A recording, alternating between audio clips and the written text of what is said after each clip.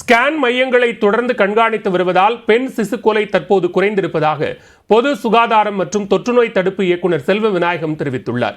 News 18க்கு பிரத்யேக பேட்டி அளித்துள்ள அவர், பெண்களே குடும்ப கட்டமைப்பு வளர்ச்சியின் மூலாதாரம் என்றும் குறிப்பிட்டார்.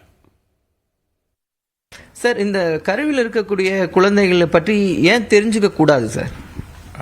ஆக்சுவலாக இது ஒரு பெண் சிசு கொலை மரணம் அப்படிங்கிறத தாண்டி பெண்களோட சமூக பொருளாதார வளர்ச்சிக்கு இது அவசியம் நம்ம தெரிஞ்சிக்க கூடாது. குழந்தை மட்டும்தான், அது ஆண் பெண் வித்தியாசம் கிடையாது. அது இல்லாமல் பெண்களுக்கு இதற்கான குற்றங்களை தடுக்கக்கூடியது ஒரு டூலாக தான் இருக்கணும். ஸோ அதனால் கண்டிப்பாக சிசு ஆணா பெண்ணான்றதை மதிக்க வேண்டியது கண்டிப்பாக அவசியம், தெரிஞ்சிக்க வேண்டியது இல்லை. இது செக்ஸ் ரேஷியோ அப்படிங்கிற ஒன்று தான் ஹெல்த்தை பொறுத்த வரைக்கும் இண்டிகேட்டர், அதை மானிட்டர் பண்ணுறோம்.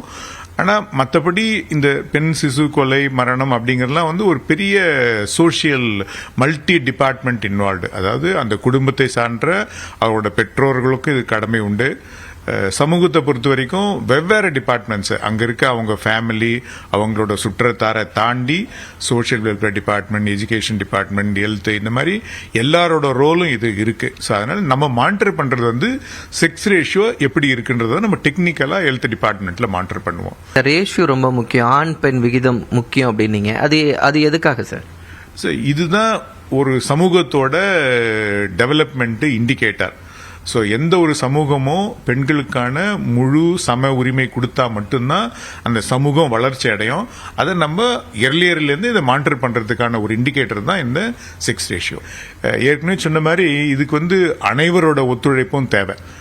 அரசோட இன்டர்வென்ஷன்ஸ் இருந்தாலும் அவங்க சார்ந்திருக்க அந்த சமூகம், அவங்களோட பெற்றோர்கள், அவங்களோட கல்வி அறிவு, அது இல்லாமல் அந்த குழந்தையோட இது எல்லாமே இருந்தால் மட்டும்தான் இந்த மாற்றம் ஏற்படும். இந்த மாற்றம் கண்டிப்பாக தேவை. இதுதான் நம்மளோட சோஷியல் டெவலப்மெண்ட்டோட இண்டெக்ஸ்.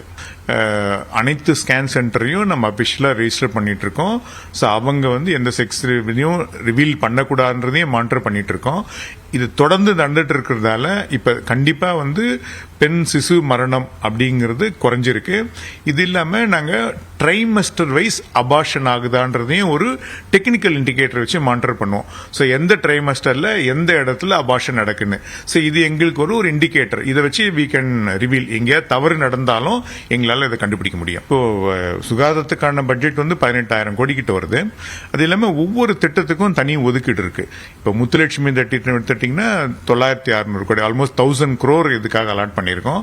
இந்த நியூட்ரிஷனல் கிட்டுக்காக மட்டும் ஒரு 300 கோடிக்கு மேல போயிட்டு இருக்கு. உதவித்தொகை ஒரு தாய்மார்களுக்கும் 18,000 ரூபாய், குறைஞ்சபட்சம் 6 லட்சம் தாய்மார்கள் ஒவ்வொரு வருஷமும் பயன்பெறுகிறாங்க.